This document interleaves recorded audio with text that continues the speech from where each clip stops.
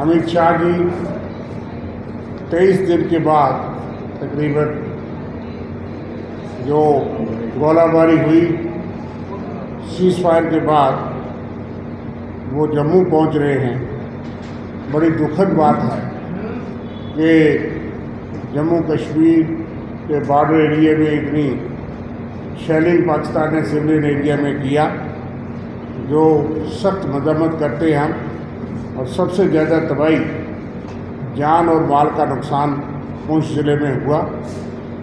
कोई केंद्रीय मंत्री, गृह मंत्री, रक्षा मंत्री, कई उनके अधीन मंत्री हैं, इनके राष्ट्रीय अध्यक्ष, और बाकी इनका केंद्रीय नेतृत्व से कोई नेता जो है वो पुंछ या बाकी जगहों में नहीं पहुंचा।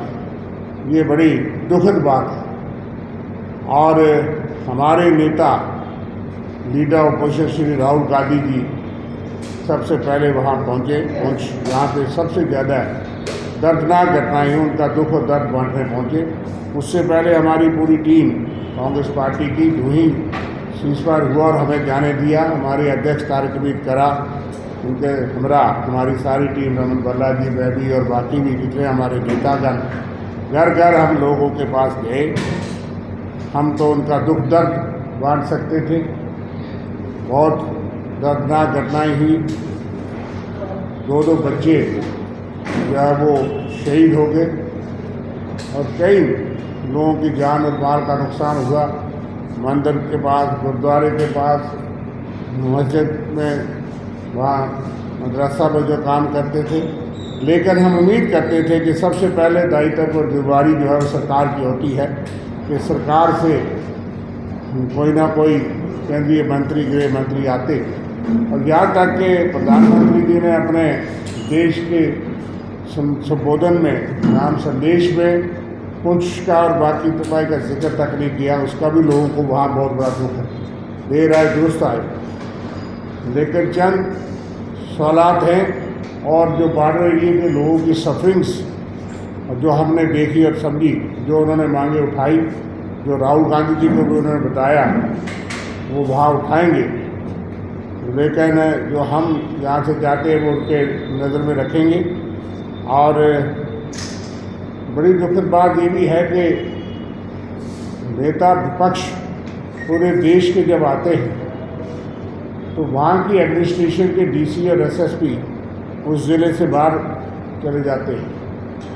वो वहाँ नहीं थे, उनको किसी बारे से बुला लिया जाता है।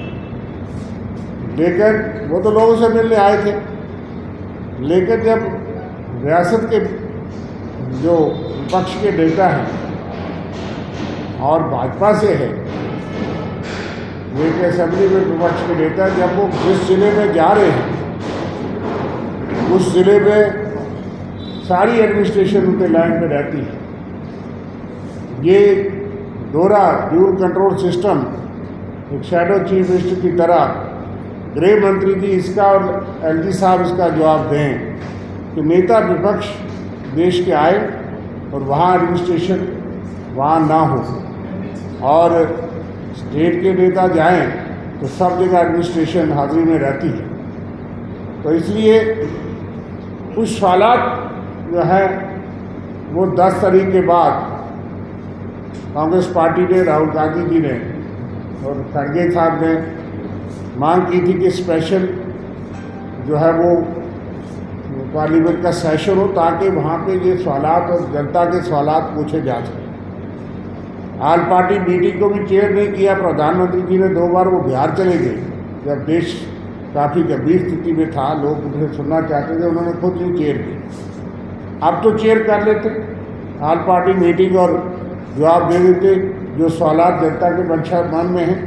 22 तारीख पहलगाम की जो सबसे बड़ी दर्दनाक आतंकवादी हमला हुआ पाकिस्तान द्वारा, एक ही शब्द में हमारे नेता राहुल गांधी जी ने, हमारे अध्यक्ष खड़गे जी ने और कांग्रेस वर्किंग कमेटी ने ये कह दिया कि हम सेना के साथ, सरकार के साथ, देश के साथ खड़े हैं।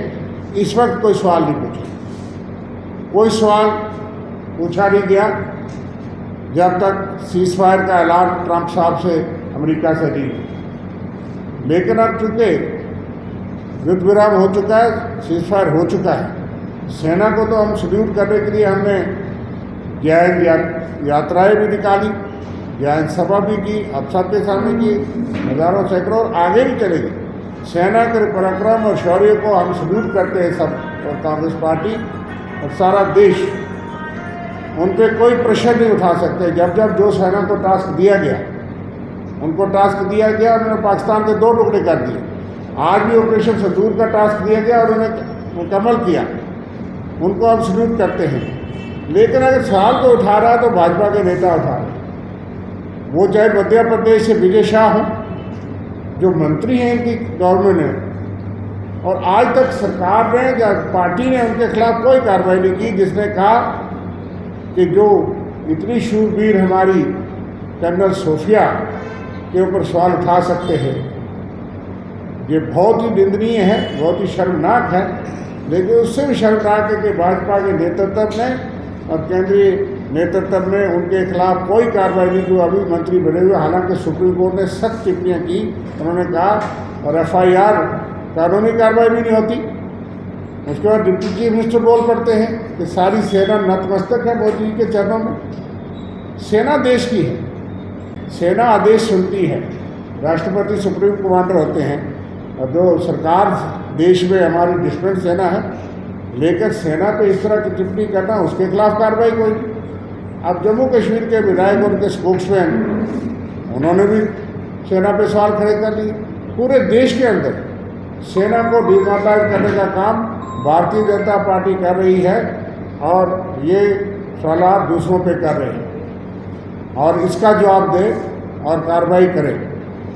पहलगाम की जो घटना हुई, उसके ऊपर जो उन्होंने कांड किया, हम मांग करते हैं कि गृह मंत्री की आज इस देश के गृह मंत्री, क्योंकि यहाँ की सारी कंट्रोल गृह मंत्री के हाथ में है यूटी के बाद। लेकिन यहाँ पे कोई दंगल भी हो इस रियासत के अंदर, ये सेंसिटिव है, मिलिटेंसी और आतंकवाद के बीच में, यहाँ कोई भी, जहाँ जनता इकट्ठी होती है, वह फौरी तौर पे पुलिस और सिक्योरिटी के लोग पहुँचते हैं रक्षा सुरक्षा के लिए।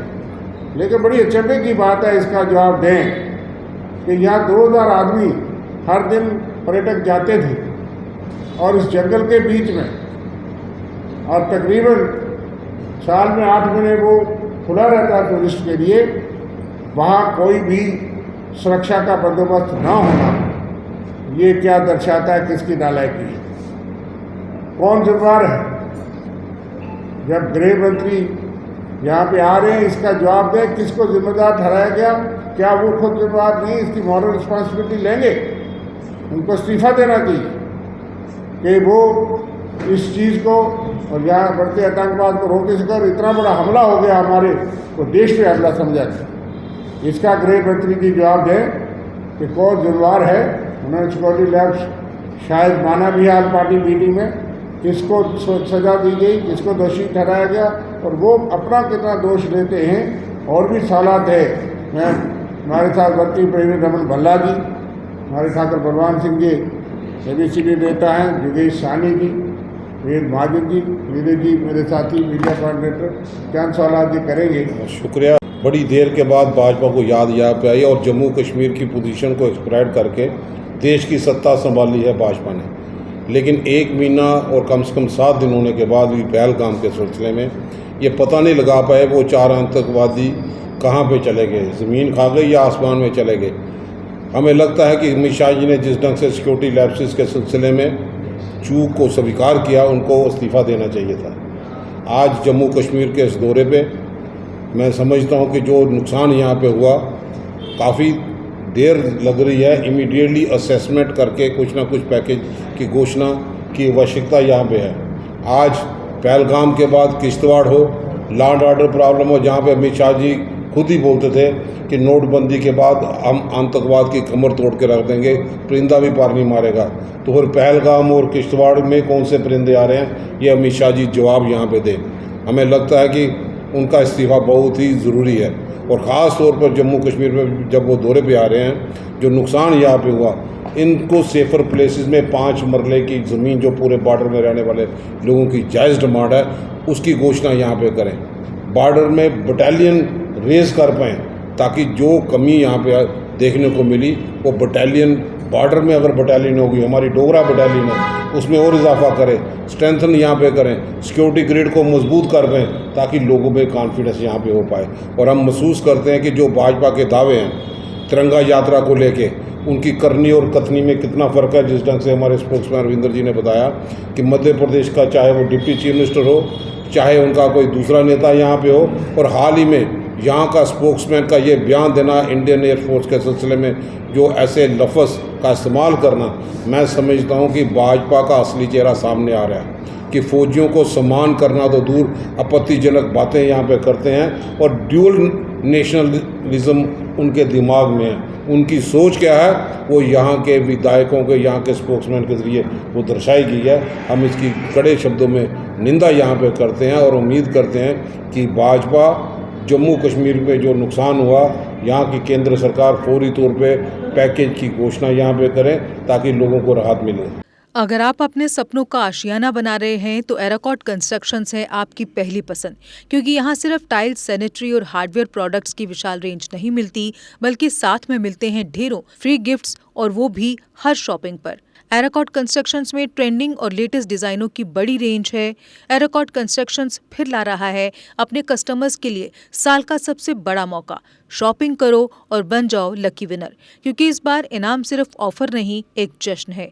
और यही नहीं, इस बार आपको बिल्कुल नई Alto car, scooties, 10 smart mobile phone सहित अन्य शानदार इनाम जीतने का मौका भी मिल रहा है। तो देर किस बात की, आज ही आए एराकॉट कंस्ट्रक्शंस, जहां घर का सपना भी पूरा होता है और शॉपिंग बनती है फायदेमंद। जम्मू कश्मीर की खबरों के लिए जुड़े रहिए GK अपडेट के साथ।